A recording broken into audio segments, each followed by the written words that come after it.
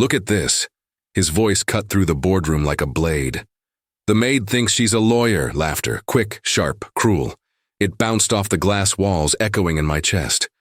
My fingers tightened around the contract I had picked. Up from the table, the words blurred as my pulse hammered in my ears. I wasn't...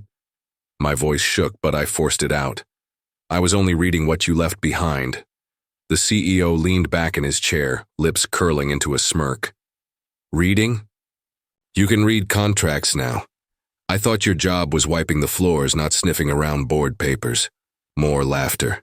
Knives in my chest. I could feel the heat rise up my neck, burning my face, but I refused to lower my eyes. Sir, that's... Quiet, he snapped, his accent sharp, deliberate, mocking mine. Don't speak like you're educated. We all know where you came. From? My breath caught. Every syllable dripped with venom. He knew exactly what he was doing. And they laughed because it was easier than speaking up. Don't, a coworker whispered near me, voice low, trembling. Please, just ignore him. Ignore him. Pretend I didn't hear my humanity shredded in front of them. Pretend the words weren't slicing deeper than any knife. I looked straight at him. If you left your fraud sitting on a desk, don't blame me for picking it up. The laughter broke for a second, a ripple of silence, sharp and heavy. His eyes narrowed. Fraud. His voice dipped low, poisonous. You dare say that in my boardroom? It's not your boardroom, I said, though my voice trembled. It belongs to the people you've been lying to. The executives shifted uneasily. Chairs creaked, throats cleared. They wouldn't defend me, but they felt the weight of my words. I could see it in the way their eyes darted to the contract. In my hand, then back to him. You don't even understand what you're holding. His tone dripped arrogance. Your accent alone betrays you. You sound like a child fumbling through words too big for your tongue. The humiliation was suffocating, but I refused to let it break me. I bit down hard on my tongue, tasting blood, anchoring myself. You can laugh at my accent all you want, I said, my voice shaking but steady enough to carry. But these papers speak louder than me. And you know it. His smile faltered, just for a flicker. Enough for me to see that he heard the threat hidden inside my trembling defiance. Enough to remind me that I wasn't powerless, no matter how much he wanted me to believe otherwise. The room went still. No more laughter, just heavy silence. Leave, he finally spat, his voice low, cold. Take your papers and get out before you humiliate yourself further. I held his gaze. I didn't move. Not yet. Inside, my father's voice rose, calm and steady from years ago. Dignity isn't given, it's claimed. I lowered the contract slowly, pressing the edges against my palm until it hurt, until the sting became a promise. I won't be silent, I whispered, more to myself than to him. Not this time. I turned and walked out. His laughter tried to follow me, but it rang hollow now, brittle. I gripped the paper tighter as I left the boardroom. My humiliation burned like fire. But beneath it, something else had sparked. Something steady, unshakable. I would expose him. Whatever it cost me, I would. I heard what happened. Her voice was soft, careful, like she was afraid to touch something sharp. I looked up from the vending machine, my hands still trembling from earlier. Then you know exactly what he said. She nodded. It was disgusting. You didn't deserve that. Before I could reply, another voice cut in, lighter, forced with a shaky laugh. Come on, it wasn't that serious, he was joking. You're taking it too personally. My stomach twisted. Joking. That word again. That excuse they always used. A joke? I stared at him, searching his face for something. Regret? Shame? Anything. Tell me, did it sound like a joke when he called me a maid in front of everyone? He hesitated, eyes flicking to the floor. You know how he is. It's better not to provoke him. Just let it slide. Her hand slammed on the table. Let it slide. He humiliated her in front of the entire board. That's not something you let slide. I swallowed hard, heat rising in my throat. Their voices clashed. But what hurt wasn't his words. It was his silence before them. He hadn't spoken up when I needed him most. Where were you? My voice cracked, sharper than I intended. You sat there. You heard every word. Did you even look at me? He lifted his hands weakly. I didn't know what to say. If I'd spoken up, I'd be the next target. You don't understand. No, you don't understand. My words shook, but I pushed them out. Silence doesn't make you safe. It just makes you complicit. The room fell quiet, broken only by the hum of the vending machine. I'm sorry, he whispered finally, but it was too soft, too empty. I wanted to scream, to tell him that. Sorry didn't erase the laughter still echoing in my head, didn't erase the image of everyone's eyes avoiding mine, while I stood burning with shame. But the words clung to my throat. She spoke for me. You had a chance to stand with her, and you chose yourself. I looked at him again, searching for something I already knew wasn't there.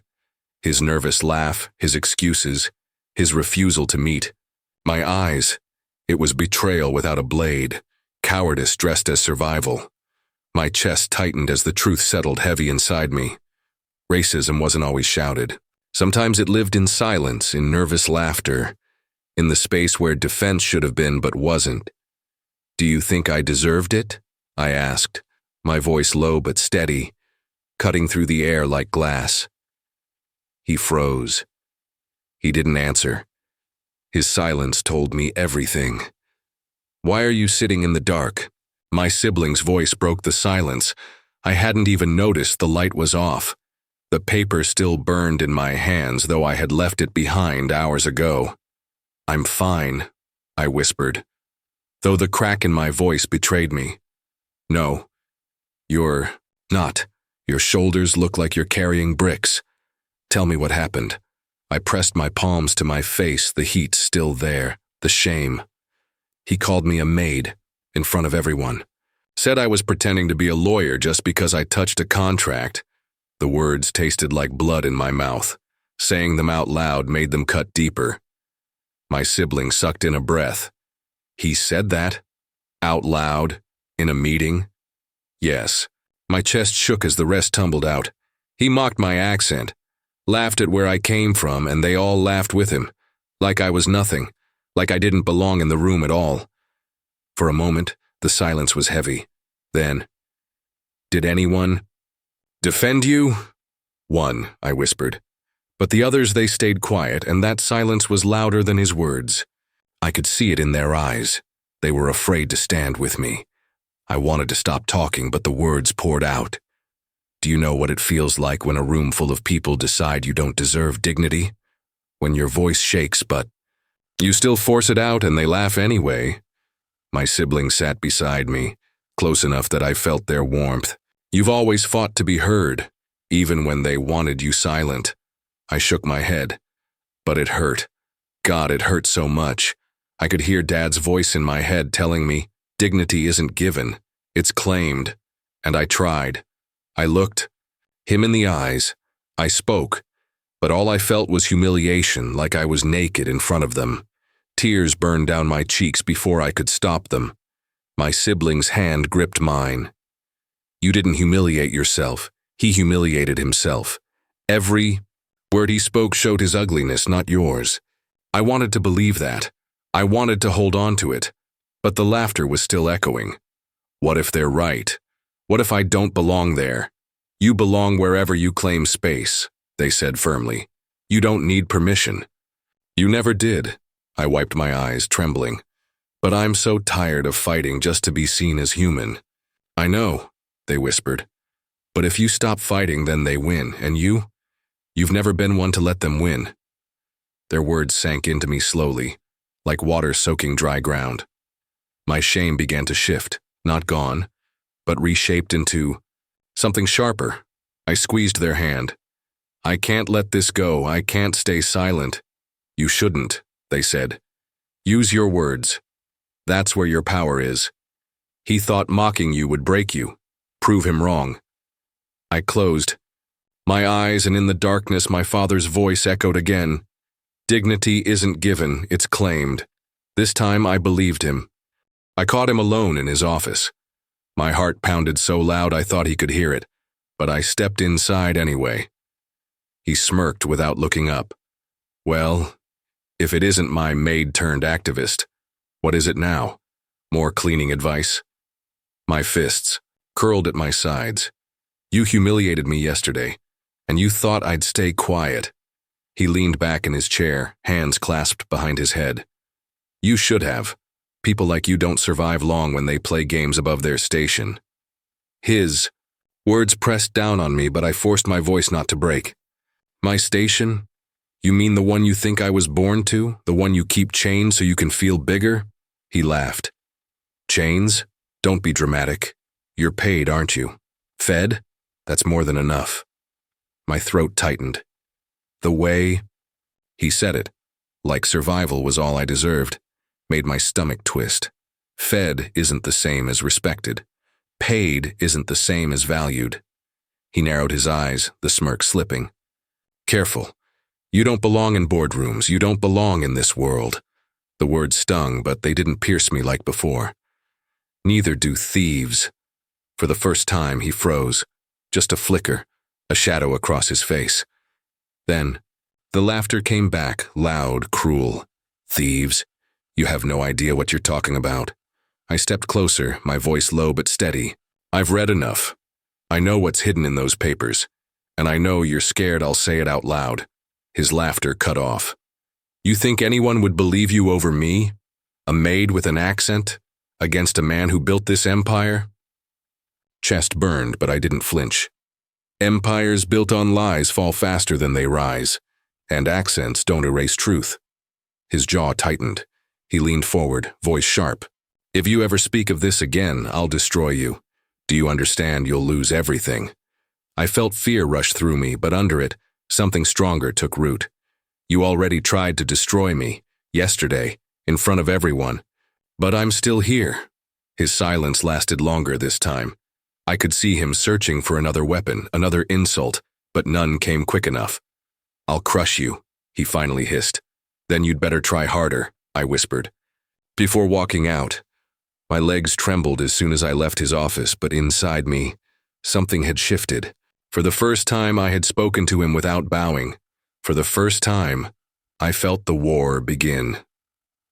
Did you see them? A voice hissed near the copier. I can't believe someone leaked that. It's fake. It has to be fake. I stood at the edge of the hallway, listening as whispers flew like knives. My phone buzzed in my pocket. The same screenshots everyone else had, his words, his jokes. Ugly, racist, cruel. I walked past their huddled voices, and silence followed me like a shadow. At my desk, one colleague looked up nervously. Don't think too much about it. He didn't mean it like that. I leaned forward, my voice sharp. Didn't mean it? He called us animals. He said we were only fit to serve coffee. How do you excuse that? Her lips trembled. He jokes like that with everyone.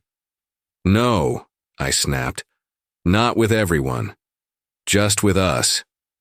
Another voice. From behind me. Low, defensive. Look, you know how the culture is here. He grew up in a different time. You can't expect him to... To what? I cut in. To grow? To learn? To see us as human? He shifted, eyes dropping to his keyboard. You don't understand the pressure. He's the one signing our paychecks. And that's enough for you to laugh at his emails. My chest burned. I heard you yesterday. Don't tell me you didn't chuckle when he mocked my accent. The color drained from his face. He opened his mouth, then closed it. Words stuck in his throat. I turned to the others who had gathered, their eyes darting anywhere but mine. You all read those emails. Some of you laughed. Some of you forwarded them. And now you want to act. Shocked? Don't tell me you didn't know who he really was. Silence. Heavy, suffocating. Finally, one voice broke through. I never laughed, she whispered, her eyes wet. I hated every word, but I was scared. He holds all the power. Her confession sliced through me. Honest, raw, but still coated in fear. Fear doesn't absolve you, I said quietly. Silence doesn't absolve you. Every time you didn't speak up, every time you looked away, you chose him over us. Another colleague shook his head. You think you're brave? You think standing up to him will change anything? He'll crush you, and then we'll all be worse off.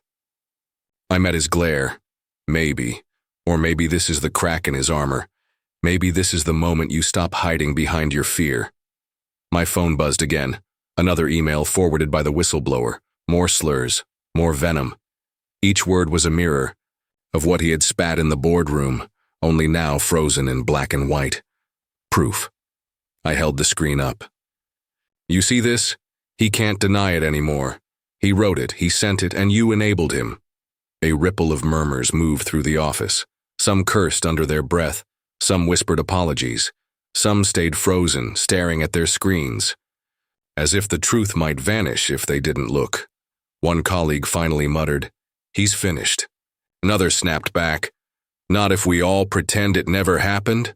I slammed my hand on the desk. Pretend? That's what you've been doing for years.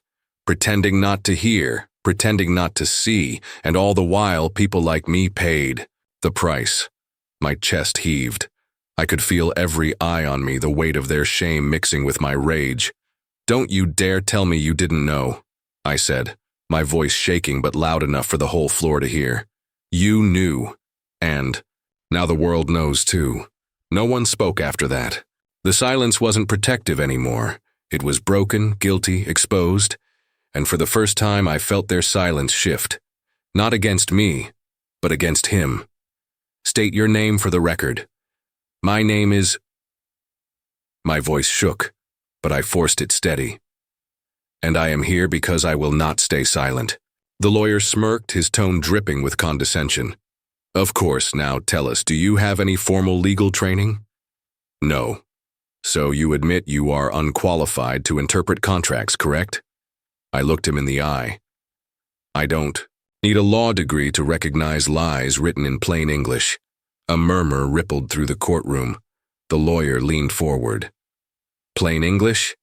And yet you—" He paused, his lips twitching with the cruelty of the word. "Struggle with English yourself, don't you? Your accent, your broken phrasing." My chest burned, but I refused to flinch. "My accent doesn't distort the truth. His words do." The judge raised an eyebrow. "Stick to relevant questioning, counselor." The lawyer tried again, voice louder. "You expect us to believe that you, a cleaner, understood complex financial documents better than trained executives?" "Yes," I said, "because I read them with honesty, and honesty doesn't require privilege." Gasps, a shuffle of feet behind me. I could feel the CEO's glare stabbing my back. The lawyer slammed down a folder. "Ladies and gentlemen, this witness is grasping for attention. She imagines fraud where there is none. She resents my client's success and fabricates stories to—" I cut him off, my voice sharp. "Read the emails." The judge nodded to the clerk. Papers rustled. And then his words, the CEO's words, filled the room. "Don't let the monkeys near the contracts." Laughter died in throats. Silence spread like fire. The lawyer coughed, scrambling. "Those were private jokes taken out of context." "No context makes that acceptable," I snapped. "He called us animals. He mocked our color, our voices, our existence." The CEO shifted, his smirk flickering. I turned toward him. "You laughed at me in that boardroom. But here the whole world gets to laugh at you. At the ugliness you tried to hide." The lawyer banged his fist. "Objection, irrelevant." The judge's gavel struck once. "Overruled. Continue." I leaned into the microphone, my voice trembling, but clear. "You told me I didn't belong, but your own words prove you don't deserve to sit at the head of any table." The room erupted. Whispers, gasps, even a few claps stifled before the judge silenced them. The CEO's smirk shattered, his face twisted, red with rage, and for the first time I felt the knives of his words turn back on him. He waited for me outside the courthouse, his shoulders tense, his face twisted with rage. "You ruined me," he spat, his voice cracking. I stopped, holding his stare. "No, you exposed yourself." His jaw clenched. "You think you're clever? You think you've won? I built this empire, I fed families, I made careers, and now you—" His voice broke, then rose again, desperate. "You dragged me into the dirt." I felt no need to shout back. My voice stayed steady. "You dug your own grave with every word you wrote, every word you laughed at, His hands shook as he pointed at me. Nobody will remember your name. But mine? Mine was on every building, every newspaper, every deal. I was untouchable. Untouchable, I asked softly. And yet here you are, begging me to let you breathe. He flinched. The arrogance slipped. His voice dropped, quieter, but jagged. Please stop this. You've made your point. You've humiliated me enough. For a moment I heard the faint echo of yesterday's laughter in my head, the laughter that cut me open, but now it felt hollow. You mocked me for being a maid, I said. Now you're the one sweeping up the pieces of your empire. Tell. How does it feel? His eyes darted, searching for allies that weren't there. They'll forgive me. People forget. Money makes them forget. Not this time. You don't understand. His voice cracked into a plea. I was born into this. I was expected to be ruthless, to joke, to belittle. It's the way business works. It wasn't personal. It was always personal, I replied. You turned my skin, my voice, my very existence into a punchline. That's not business, that's hate dressed in a suit. His breath hitched, and for the first time I saw fear in his eyes. I'll lose everything. You already have. He staggered closer, lowering his voice as if bargaining. If you let this go, I'll pay you. I'll make you rich. You don't need to keep fighting. I shook my head slowly. I never wanted your money. I wanted dignity. And you proved me right, because you never thought I deserved it. And what? Lips trembled. Please, don't finish me. I leaned in, my words sharp but calm. I'm not finishing you. You did that yourself. His shoulders slumped. The fight drained from him, leaving nothing but a broken man staring at the wreckage of his pride. I walked past him without another word. My silence carried more weight than his empire ever did. The cameras flashed, their lights almost blinding. My palms sweated against the paper in my hand, though I knew I wouldn't need to read it. The words were carved into me, too deep to forget. A reporter called out, "Why are you here today? What do you want to say?" I lifted my head. I'm here because silence has protected him long enough. Murmurs rippled through the crowd. I drew in a breath and spoke louder. You never saw me as human. You saw me as a maid with no voice. A body to serve, not a mind to think. A face to mock, not a person to respect. Gasps. Pens scratched. Cameras clicked. I pressed on, my voice steadier. But today, my words stand taller than your empire. Applause erupted. The sound wrapped around me, but I focused only on him, sitting in the front row, jaw tight, smirk gone. You told me? I didn't belong in boardrooms, I continued. But it was you who never belonged in leadership. Leadership demands integrity. You traded yours for arrogance. A colleague shouted from the side, "She's right." Another whispered, "I always knew." Their voices swirled together, feeding the energy in the room. I locked my eyes on the reporters. You read his emails. You heard his words. He called us animals. He mocked our accents. He reduced our lives to jokes. And you laughed, didn't you? I turned slightly toward the row of executives. Some of you laughed with him, some of you stayed silent. But today, none of you can deny it anymore. The silence from their seats was heavier than any applause. Leaned into the microphone. For years, I carried his insults like chains. I heard my voice dismissed, my work erased, my dignity spat on. And I believed maybe I wasn't enough. But I was wrong. It wasn't me who was lacking, it was him. The crowd erupted again. Cheers, claps, the roar of voices rising. One reporter yelled over the noise, "What do you want now?" I paused, letting the question sink in. I want what was always mine. Respect, recognition, justice, and not just for me. For every person he mocked, every voice he tried to silence, every worker he saw as disposable. A hush fell. Then another wave of applause thundered through. I glanced at him once more. His eyes darted, desperate, searching for a defense that wouldn't come. His silence screamed louder than any denial. I closed my speech with a steady voice. He thought his empire made him untouchable. But words brought it down, his words and mine. And today you see which ones will last. The room exploded. Reporters shouting questions, colleagues clapping, strangers rising to their feet. And he sat in silence, a fallen king watching his throne crumble. Justice felt deafening and painfully, beautifully quiet. The apartment was silent except for the hum of the fridge. I sat by the window, staring at the city lights flickering like distant fires. My throat felt raw, though I hadn't spoken in hours. Dignity isn't given, I whispered into the stillness. It's claimed. My phone buzzed on the table. I hesitated before answering. You there?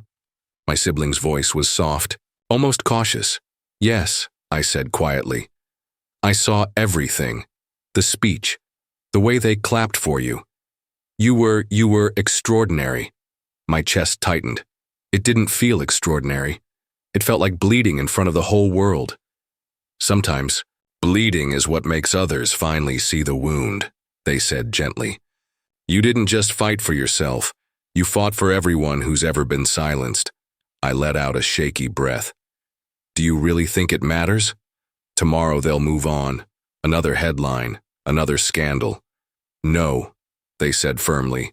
They won't forget. You broke the silence.